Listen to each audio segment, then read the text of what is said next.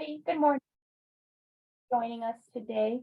Um, in the chat, I did just share a link with you all. I'm not sure if we have a whole lot of locals on, but the link in the chat is a direct link to the product on our online store.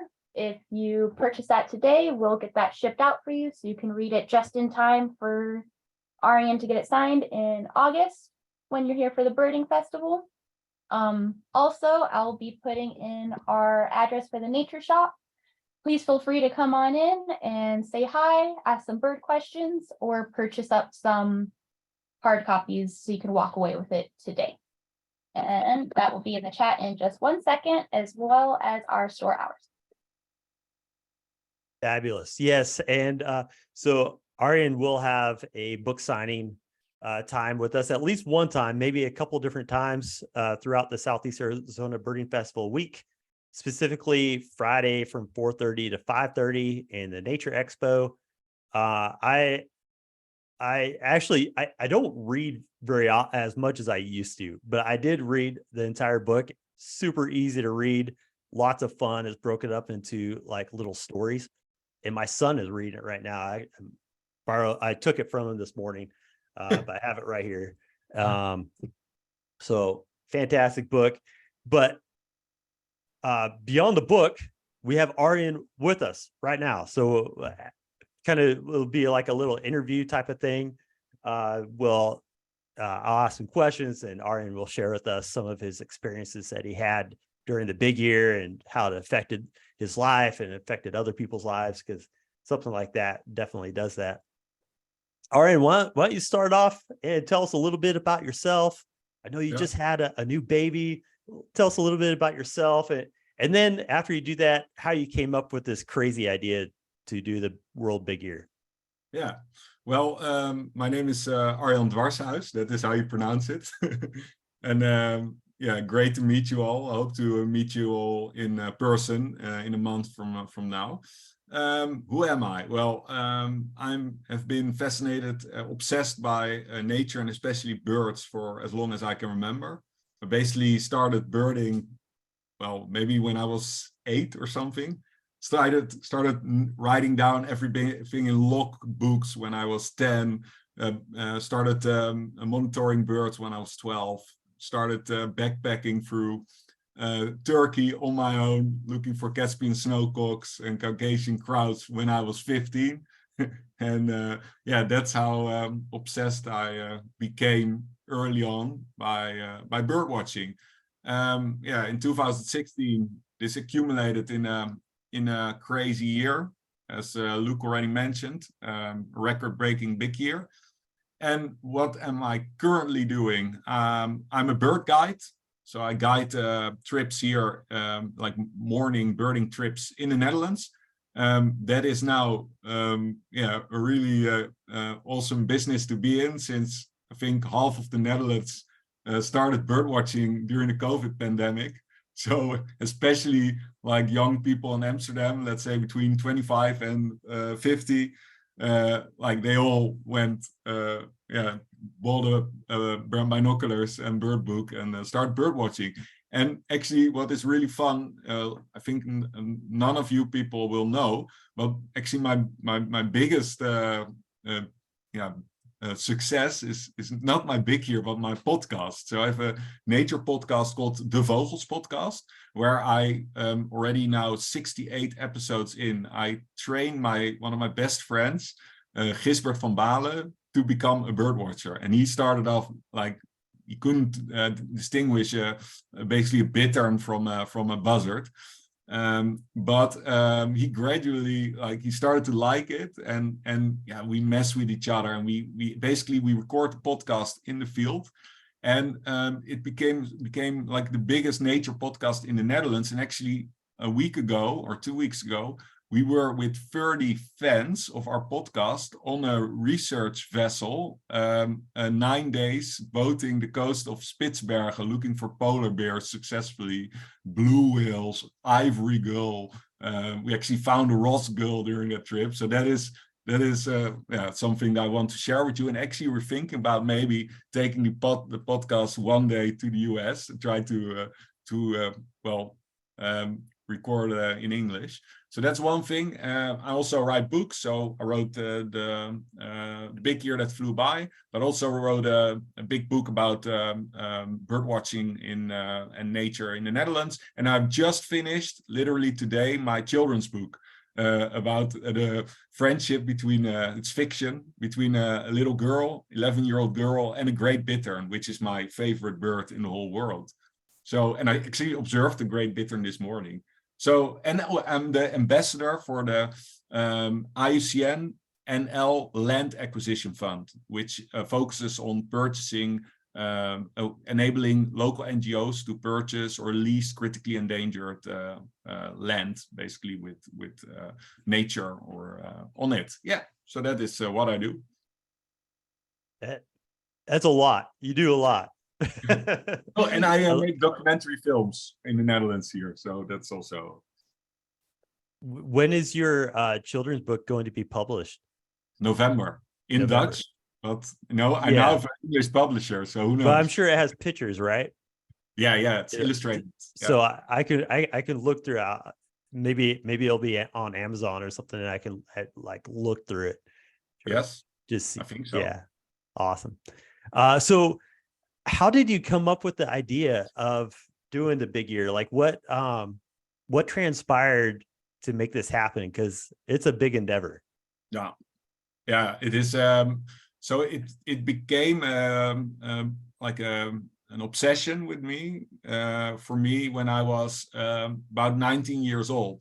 And actually, I can remember the moment vividly when I first heard of the original Big Year, the James Clemens Big Year, which he undertook in 1989. When I was actually sitting on the roof of a truck that was traveling painstakingly slow from the city of Puerto Maldonado in the lowlands of Peru to the highlands of Cusco. And we underestimated the journey, and it became night, and we were shivering from the blistering cold, -5 degrees on the roof of that trip. And then my friend Rob, who I was traveling with at the time, he asked, did you hear of James Clemens? And I wonder if he had a similar experience during his Big Year. So I asked him, who is James Clemens? He said, James Clemens holds the world record in seeing the most bird species in a single year. Yeah, he told me more about it. And at the time, I had already, I finished high school and a lot of in-between jobs. I saved enough money to travel for half a year. So I'd already visited Southeast Asia and Australia. And I was traveling up from Santiago, Chile, all the way up to northern Peru. And I had seen, after, 6 months or 7 months into the year, I'd seen well over 2,000 species. And so I thought, I can one day maybe do a big year like this. But it was more of an idea to hitchhike, which I basically, when I traveled, when I was 19 in Peru, I slept along the roadside in my hammock. Actually, fun fact, I once set up my campsite in the public, in the dark, in a public toilet along the Manu Road. So I was literally camping in human excrement. But that's how I traveled, basic. I did the Manu Road 2 weeks or 10 days, and I spent $20, only ate canned food. So that is how I traveled. And then that's how I wanted to do a Big Year. Then, of course, a Big Year was done by the British couple, Ruff Miller and Ellen Davies, in 2008. They recorded, nearly 5,000 species. And then, of course, just the year before I planned my Big Year, your fellow countryman, Noah Stryker, had a massive Big Year, 6,042 species. So I either had to not do a Big Year or go really big. And I decided to go for option number 2. And now I'm here talking to you guys about my record. I'm glad you chose option number 2. I'm sure you are too. Hey, so, we will talk about, we'll ask the question about what was your favorite bird you saw during the year. I mean, that's like a number one question, right? But how about before the bird? How about the place? Because you went to some amazing places. I mean, it's a global big year, so you go to like legit places. What was the location that really stood out to you the most and like captured your attention? Yeah. So let's do 2 places. Is that okay? So country-wise, of course, most unique and bizarre, and I feel most privileged to have been there, is the the lowlands along the Fly River near Kiunga, and the Ekame Lodge, which is which the lowlands of PNG, Papua New Guinea. There I witnessed displaying 12-wired bird of paradise, King of Saxony bird of paradise. I saw the southern crowned pigeon, and all these fantastic birds in almost a Jurassic Park-like landscape, where you see people traveling on dugout canoes, still in just wearing nothing but a little linen strap or something, and then you have these huge flying foxes flying overhead, and you only hear the sounds of the jungle, and you really go back in time to ancient times. And then, of course, well, nothing beats PNG when it comes to special birds. You have birds like ground-dwelling blue jewel babblers. Well, the name says it all. Canopy-dwelling birds of paradise, forest-dwelling kingfishers. It was absolutely mental.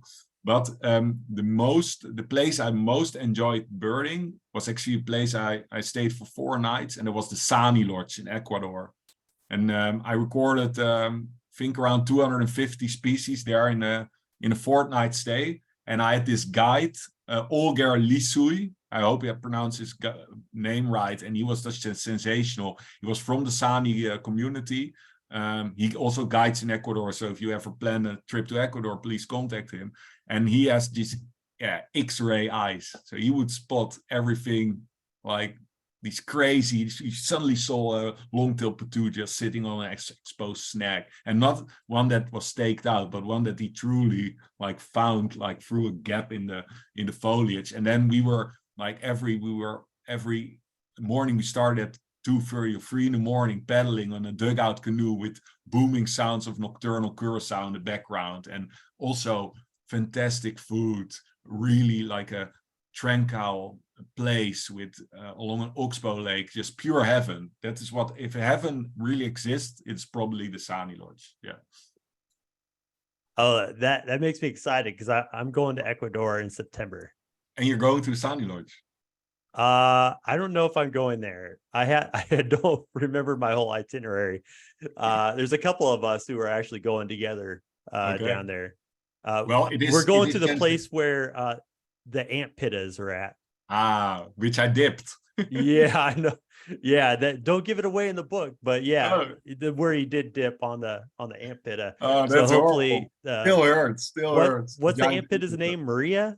Maria. Maria. I can still remember it's when sometimes it haunts me in my sleep. I have nightmares, and then I hear Angel Paz calling Maria, venga, venga, venga, venga, and then she's not coming. She's not coming. Well, if we see that ant pitta, maybe, and I get a picture, maybe I'll just send you a picture so you can. Yeah, from a hidden number, like all send me pictures of Maria to tease me. Well, yeah. So with that being said, like what were 2 or 3 of your favorite birds you saw over the years, time span? I'll pull up eBird too and share my screen and show pictures of them, because you know some of these birds that you say like have amazing names, and it's hard to picture what they are. So I'll bring up eBird and try to show folks what those 2 or 3 are too. Yeah, for me, the number 1 bird of my entire big year was the horned guam, which was in the highlands of Guatemala. And it's a prehistoric looking bird it's all basically reminiscent of a unicorn. So there's this amazing red horn at the base of its skull.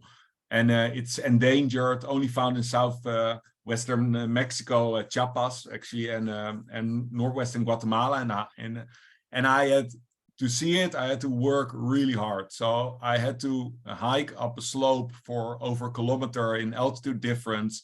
I started hiking at 2:30 in the morning, and normally you do like a two-day trip to see it there, and we hiked up in one morning, and then I nearly dipped it.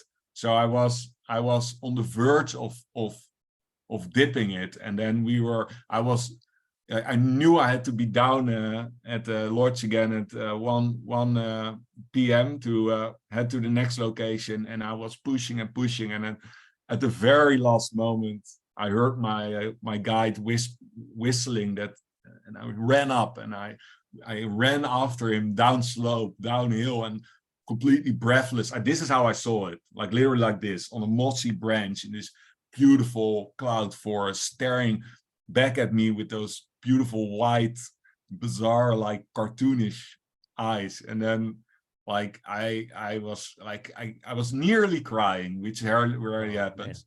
And then of course I had to run down the mountain, like literally an hour, literally sprinting down a kilometer to make it to the transfer to the next place. So this was number one. Second most special bird, I think it's also one that Noah saw, and he found really special, is the white-necked rockfowl, or white-necked picavartes. And this was extra special since one of my greatest heroes is Sir David Attenborough, and actually he started off shooting a series for the BBC called Zoo Quest in the 1960s. And he followed the curator for the British Museum of Natural History called Jack Lester.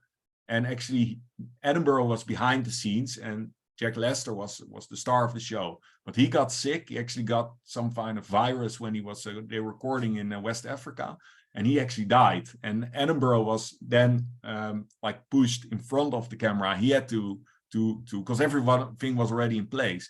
And then they went to a breeding site of this magical bird in Sierra Leone. So they breed under these overhanging cliff rock faces, and then they built like a martin-like nest that is stuck under the rock, like the size of a rugby ball or a football. Sorry, guys.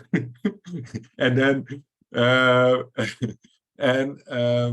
so David Attenborough was telling her, this is the picavartes, a prehistoric looking bird with his magical voice, and this basically, that black and white footage launched his career into the limelight. And there I was 65 years later, also at the breeding site of picavartes with a camera crew. So there's a documentary film made about my big year, which you can watch on my website. Here in the Netherlands, it's also on Instagram or on Netflix.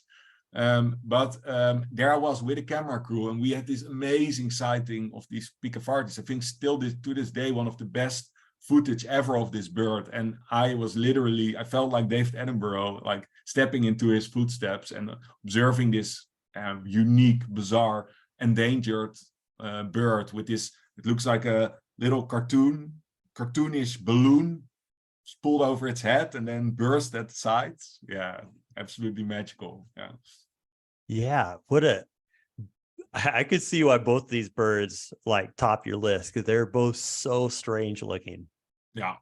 And what is for me also when I'm birding in the Netherlands or wherever, I always have I don't not only look for the rarest bird or the most beautiful bird, but a bird that scores on all fronts. Rarity, beauty. Need to be hard to find, a cool story attached to it, genetically distinct, and that's how I basically make my top 5 or top 10 birds in the world. Yeah. Here's a picture of it on the nest, like you said, kind of like a martin nest. And can you see how the plumage is immaculate? You don't see individual feathers. And that you primarily see in these tropical birds. And especially because this bird is pure white below, ivory white, and like glossy black above. And there's no mud or no ochre or whatever on this bird. And it's actually I think for tropical birds, kind of a defense mechanism, so it doesn't get bacteria or parasites under its on its skin, because their feathers basically act like almost like a sort of a protective shield. So I just recently found out about that. Yeah. That's fascinating. Yeah, that's amazing. And it's good, cool. Yeah, we'll put a link to your website in the chat. So Yeah. the film is on Netflix too. Yeah, Is that what you said? Yeah, but it's on, I think still on Dutch or European Netflix. Okay. Not yet on American Netflix, because I asked my girlfriend's brother who lives in LA, and he couldn't find it yet on Netflix. I checked Okay. prior to this recording, but you can see it on my website. And actually, Okay.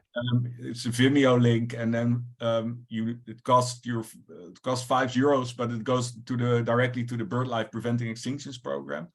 And actually, a little something about the documentary.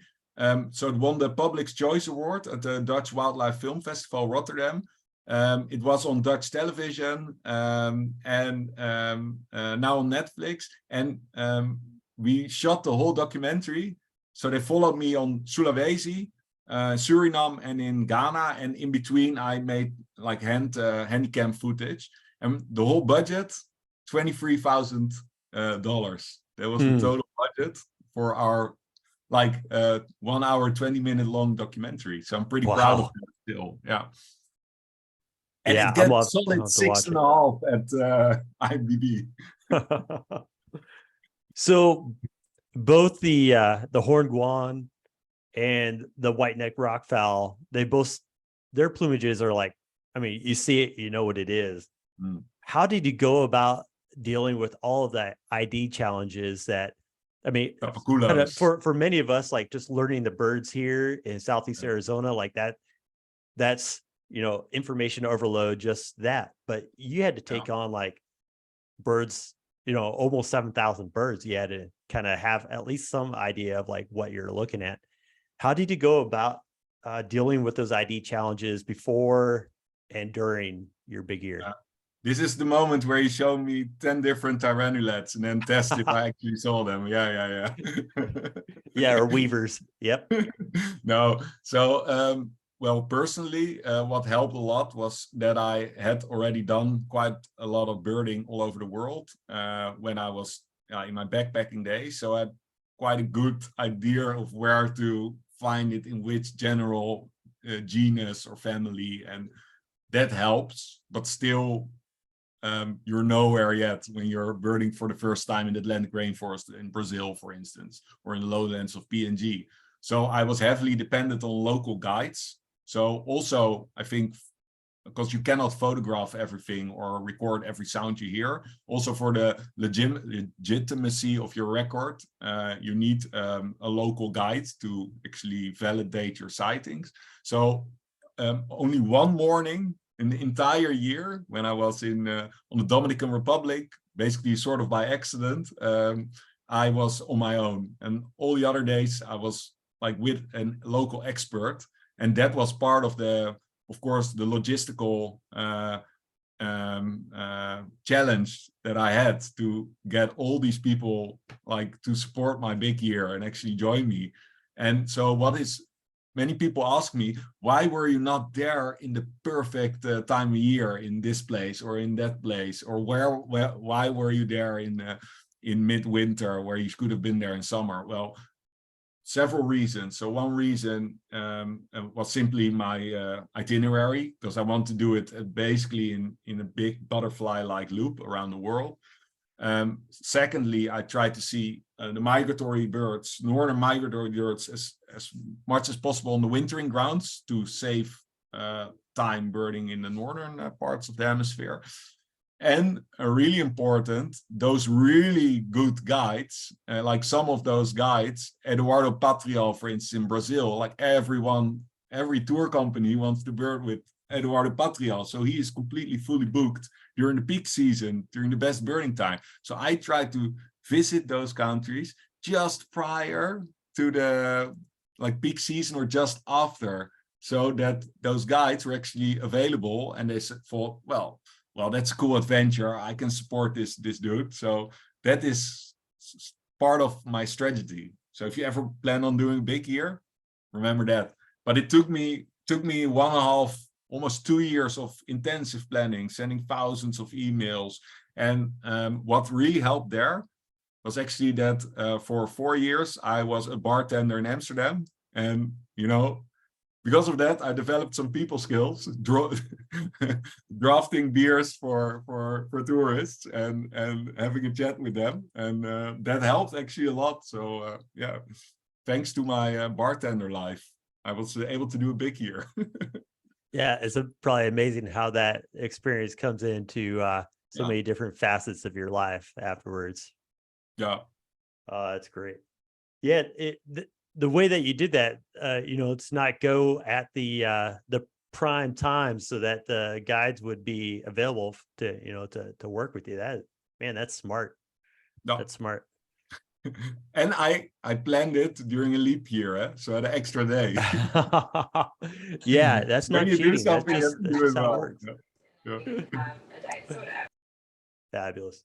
Hey, so man, so you did it during a leap year, which means that you had a whole nother day, which means that your birding was that for it's 356 days, not every single day. Yeah. You were out birding. Yeah. And also when I was in the Netherlands. So I had a couple of days during layovers in the Netherlands, and I had some of my friends picking me up from the airport and going through the list what was still missing. So I basically slept at my parents' place with my girlfriend, but that's it. I was all the time birding. Actually, even at night. So I heard my only Tawny owl of the entire trip, like when I was almost falling asleep finally in in the Netherlands. Yeah. Literally 24/7. Yeah, literally. So it sounds 24/7. fun. It Yeah. sounds amazing, really, from the outside. But I'm sure that when the year was happening, that there are some moments where you're like, oh, just dragging physically and dragging mentally, dragging emotionally. Yeah. And you know, that kind of came apparent reading through the book. And one really cool thing that you did, you brought your girlfriend along with you on portions of your big year. And in your book, you mentioned that how some people thought that maybe that might have slowed you down, or like maybe that wasn't a good idea. But then you wrote, her presence allowed me to motivate myself even more. Yeah. And then along with her, you also had a lot of your Dutch friends, birder friends, come and join you too. Talk a little bit about how the community around you, including your girlfriend, how they motivated you and kept you going and inspired you, because that's a lot of what we are as Tucson Audubon, inspiring people to protect and enjoy birds. You know, we need each other to do that. So talk a little bit about what that meant to you. Yeah, so it meant a lot, meant everything. You know, without the support of my parents, for instance, I could never have done it. Without support of my girlfriend, you know, she is a bird watcher. She's a biologist, field biologist. We actually met on a television show about bird watching in the Netherlands. So 600,000 people, which is a lot in the Netherlands, witnessed us meeting for the first time, which is a cool side note.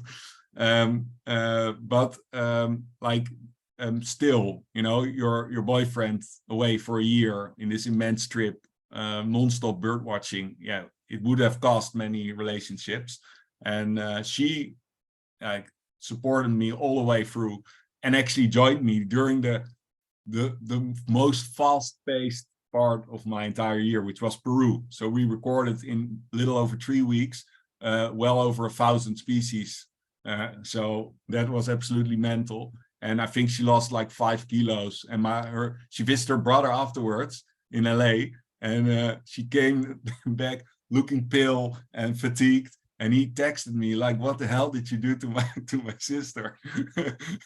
did you lock her up in a Peruvian prison for 3.5 weeks?"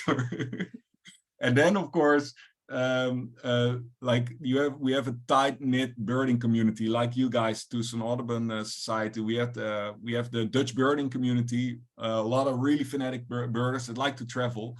And a lot of my friends, they decided to like have their 1 year birding trip, once a year birding trip, to actually join me, for instance, Colombia or in Uganda, Borneo. And actually this helped a lot, not just because you have these really keen birders joining you, also sharing costs, which is great, but also biggest and most important, the motivation. You have these friends that for them it's they arrive in the airport, you pick them up and you're like worn down, feeling fatigued, feeling like, well, I could sure sleep for 24 hours. And then these friends of yours are there. They greet you at the airport, say, okay, man, we want to see this bird, and we need to make this the most successful part of your big year. And yeah, that of course motivated me a lot. And that's part of the success of the year, definitely.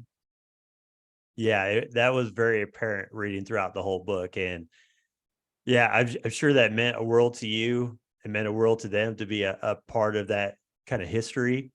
Do you think it had an effect on the whole Dutch birder community, like beyond just that year?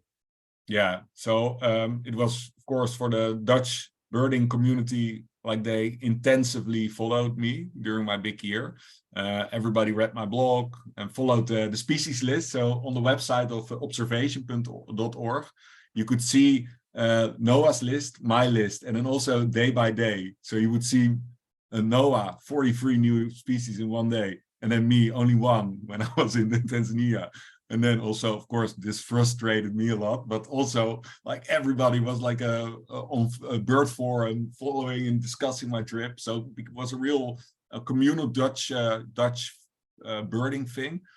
And also afterwards, I think, it made birding more popular in the Netherlands, because afterwards I was on a lot of talk shows. I still am on radio shows, talk shows, to talk about birding. So birding became more mainstream because of it. And I think now actually, well, not say I'm solely responsible, definitely not, but it definitely helped making birding such a big hobby in the Netherlands. And actually, I think it's now it grew to one of the biggest nature hobbies in the Netherlands. We have let's say 17 million people in the Netherlands, and about 250 or 300,000 of them are bird watchers. So yeah, that's a good percentage right there. So you mentioned that you're part of the IUCN, and you're an ambassador for them. So you care deeply about conservation and creating space for birds and for the longevity of bird life. So how did your big year affect your thoughts on conservation on a global scale? So first off, let's also talk about downsides, which is also important to discuss. And that was, of course, all the traveling that I had to do. Well, I cannot deny the fact that I traveled for a year, flew all over the place, and which I tried hard to compensate. So I offsetted my carbon footprint through a carbon offset program, and I did a big fundraiser for BirdLife International. So raised about 50 grand for the BirdLife Preventing Extinctions program. But still, I had to travel for a year, and not looking at the fundraiser and the carbon offset program, you can ask the question, like, should we still visit these places?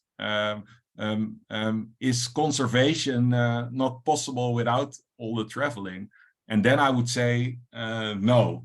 So one of the things that I now, when doing my big year, but also now as an ambassador for the BirdLife Preventing, for the ICNNL Land Acquisition Fund, what I really found out is that ecotourism is immensely important.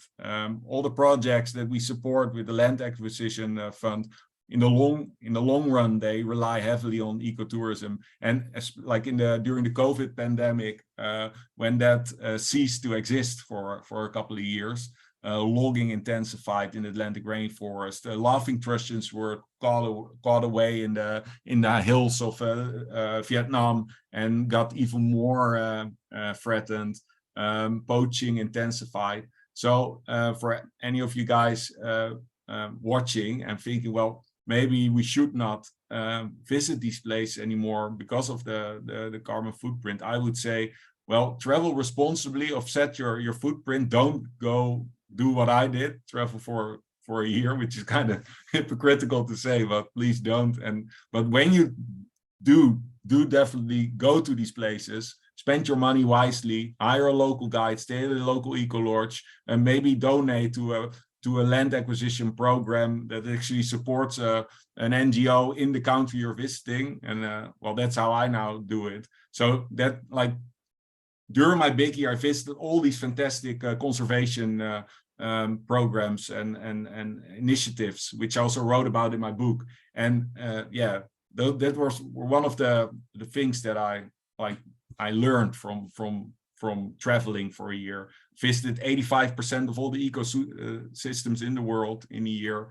And I also, really important, I think, there's a lot of bad news in the world.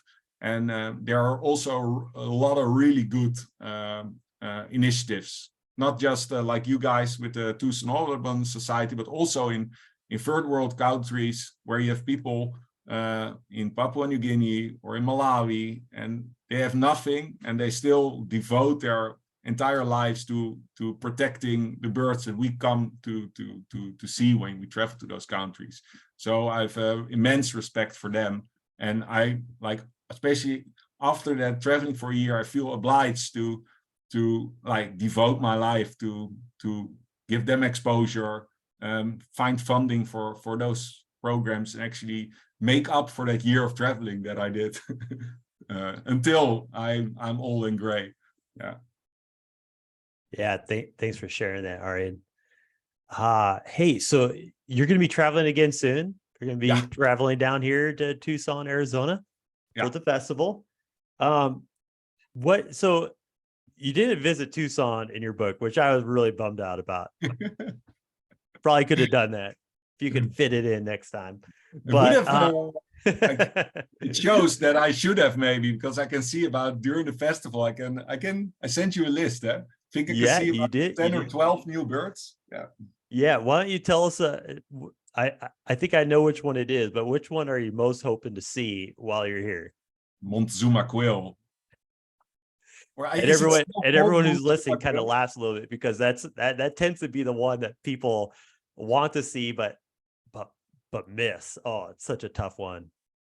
You know, I can cope with missing. You know, I think missing birds that you really hope to see also makes the moments when you actually find the bird that you were not expecting to see, the better. You know, dipping is the most important thing for a birder, for a phonetic birder. You need to dip the lower the lows, the higher the highs, and that is truly so. So if I come over and I don't see Montezuma quail, but I see some other cool stuff, I'm also more than happy. I'm not. It sounds crazy because I traveled for a year and I have a world record in the biggest list. Still, I'm not a big lister. Here in the Netherlands, I don't twitch when something rare pops up. I like, you know, birding out on my own, guiding, and finding my own rare birds. That is what I like to do most. And yeah, I hope to do that also when I'm over in Tucson, although I will do a little twitching. I won't be picky. That's allowed. It's allowed, and it's Thanks. not frowned upon. Yeah, Montezuma quail. Yeah, that would be a pretty special bird. But we'll get you some special birds, even if it's not that. Rufous winged sparrow, think is a good one. Oh yeah, much easier. Sorry, much easier. Yeah, and then the meadowlark that split. What's the name? Yeah. Oh yeah, the Chihuahuan meadowlark. Yeah, Chihuahua meadowlark. I think I have you going to. I think I have you going to Los Cienegos one day, and so that'll. You know, I mean, nothing's a gimme. And I need some people to go owling with me, because I didn't see any owling trips on that itinerary. Okay, I'll hook you up. Oh, Yeah, brother. cool. I'm Yes, sir. definitely 100% sure that Ethan will join me. That guy's hardcore. Yeah. Yep. Well, so we hinted at it kind of at the beginning, but you did have, since you mentioned dipping, and someone asked a question about what is dipping. It means, oh, you missed the bird. You Yeah. missed a bird. But you did dip on that ant pitta in while you're in Ecuador. You want to elaborate on that, and because I don't know if everyone got the background on that, but that was a low point that you had to jump back from. You want to share that real quick? So as I mentioned, you need to dip as a birder to experience the highs. Also, you need to experience the lows, but that is in retrospect.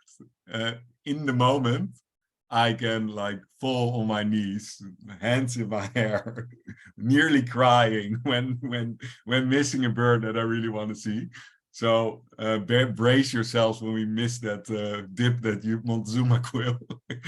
But that's what happened with the giant ant pitta. So literally the day before my visit, a whole bunch of Japanese photographers, they visited the site and they posted on Instagram these drooling pictures of like full frame, mega sharp pictures of Maria, the giant ant pitta, basically feeding from Angel Pass, which is the guide there, his hands.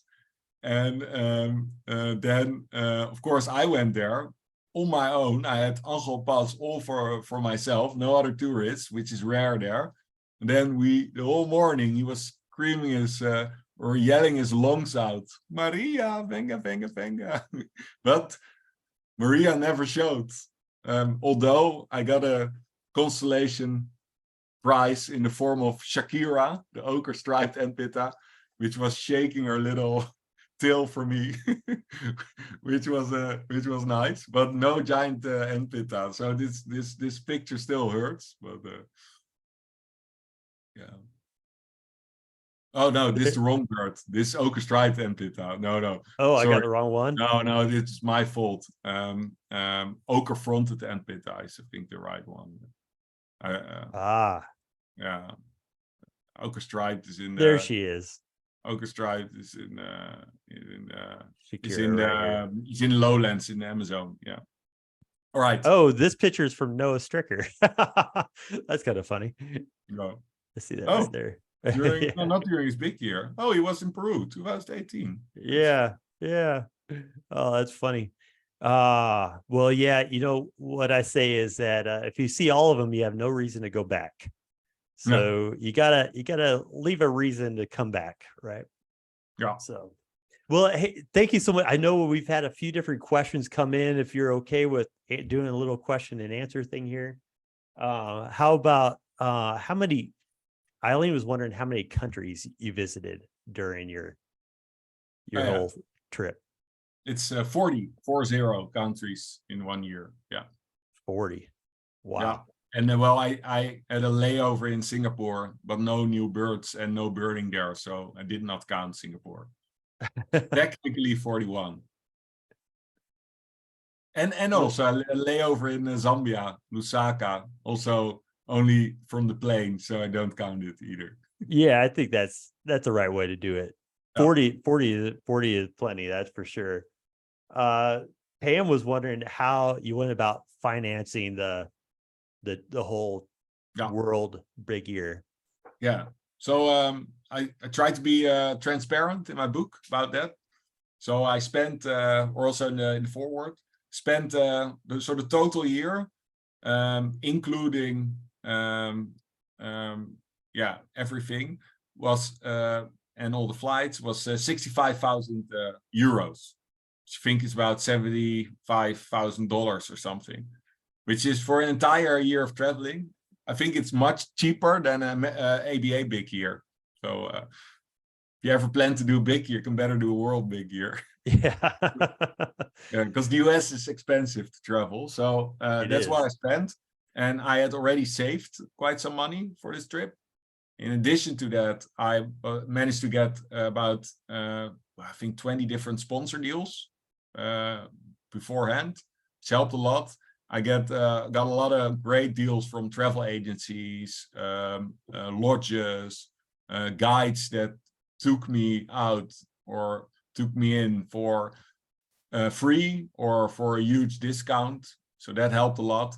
And for the remaining, I think 10 to 20 grand, I could borrow it from my parents, which was fantastic. And Yeah, that's a way to do it. paid them back through my talks and book selling in the year afterwards already. So yeah, that's how I financed the whole thing. And then in addition to that, of course, I did a fundraiser. So I already mentioned I raised about 50,000 euros, which is, well, nearly $60,000. And I'm still going. So I'm donating couple of percentages of my book sale, also the English version of my book, and then also all the profit from the documentary is still going to BirdLife. So I'm hoping to one day reach my goal of 100,000 euros for BirdLife. That is my goal still. That's awesome. So you had mentioned that you had a couple other books that you've written, including a children's book. Susan was wondering, well, a couple of people mentioned just how well written the book was, but Thanks. Susan was asking, was this the first book that you wrote, or did the other ones come afterwards? Or yeah, this was the first book. So I wrote it in Dutch and it was translated.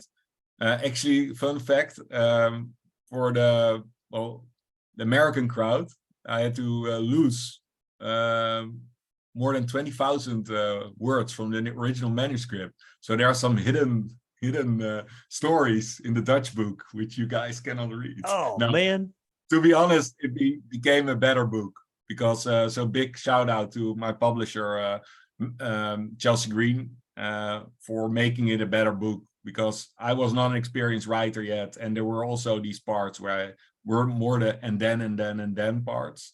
And I felt when I wrote it after my big year, I felt obliged to include everything, every country, every guide, but like it becomes then too chronological and you want to break up a little and you make it more fast paced. So I think it's a better book now. So no hard feelings there.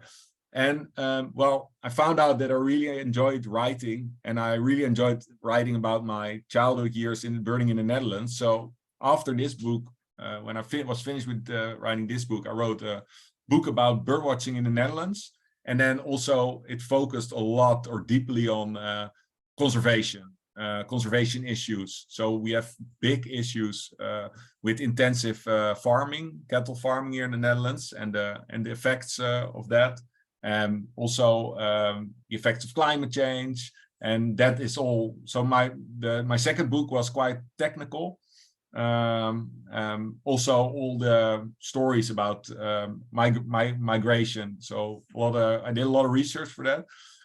And then my third book is a children's book, which will come out in November, and that is fiction, my first fictional story, and that was really cool. So to write dialogues between a bittern and a little girl. And it needs to be ecologically correct, which is also really fun. Like you cannot make a bittern cry because it's a bird. Birds don't cry. And so how do you make a bittern look or describe a bittern that is excited or sad or angry or yeah. So yeah. Yeah, I'm looking forward to seeing that one. Yeah, I actually, while you guys are asking questions, I will show you the cover of my children's book. Oh yeah, I would love that. Yeah. So one of the other keep on questions, asking questions, and I will, in the meantime, look it up. okay. Yeah, so a couple of people in the chat were wondering if you met any of the other big ear folks like Noah or Only online. only no. online. No. No, I met Ruff and Ellen, the British couple, at the British Bird Fair in 2018. So no, I met them, and they are really cool, really nice people. Think really relaxed, skilled birders. So yeah, I'm glad to have met them. I think I will meet them again when I'm over there. Oh, very cool. Here's Man, I would love to go to Bird Fair sometime. Here's the cover.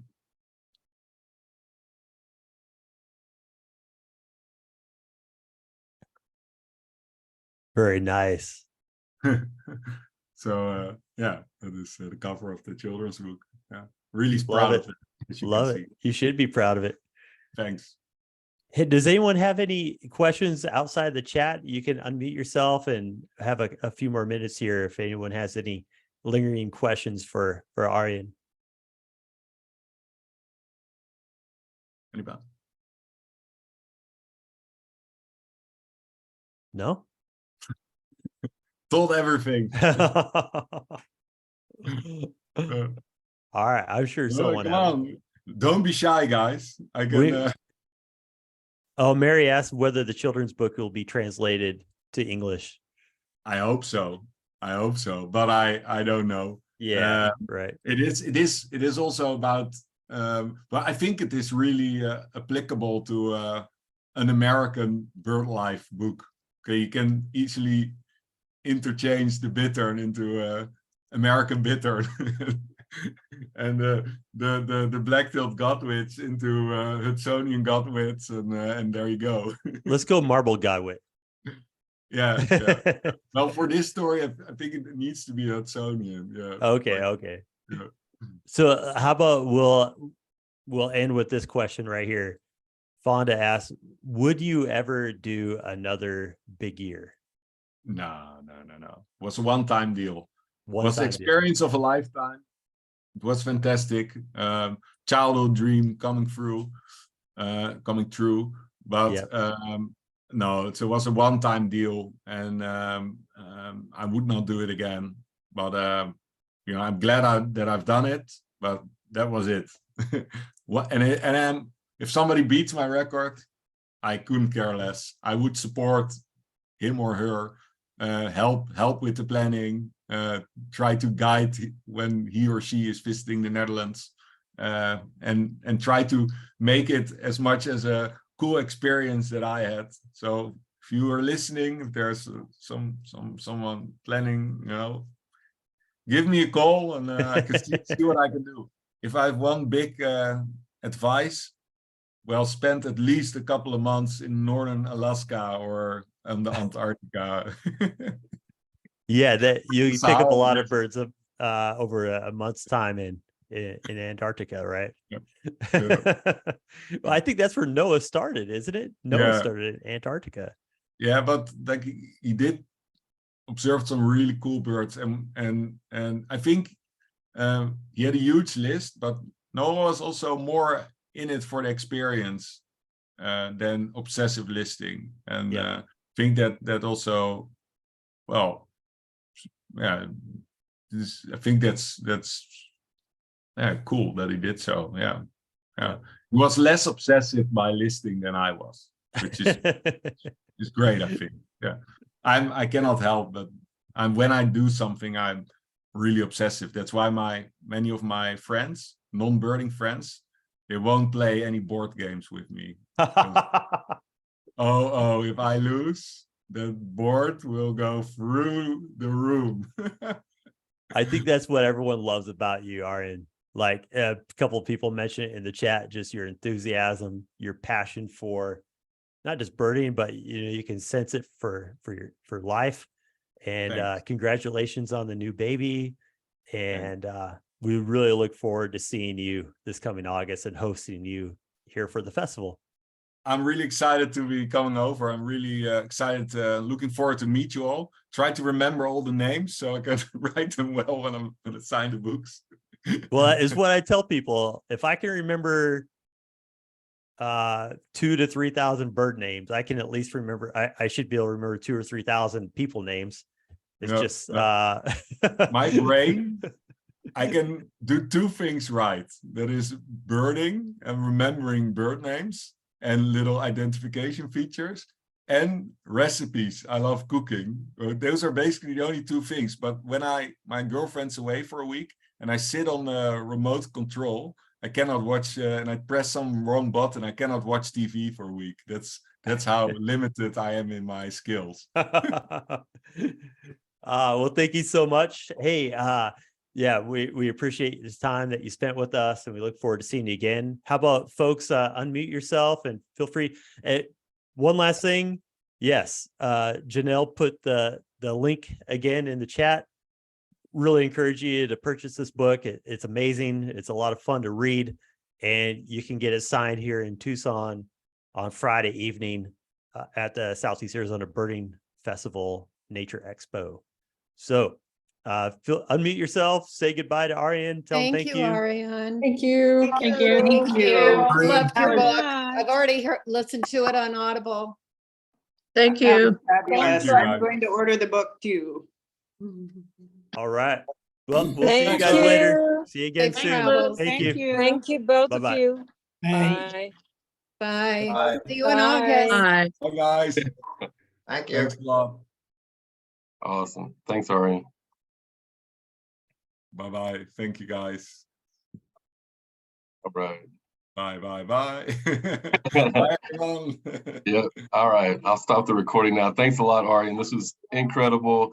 And like everyone, I look forward to meeting you in August. And Yeah. yeah, Likewise. we'll do our best to get you on a Montezuma quail for sure. Okay. Hey.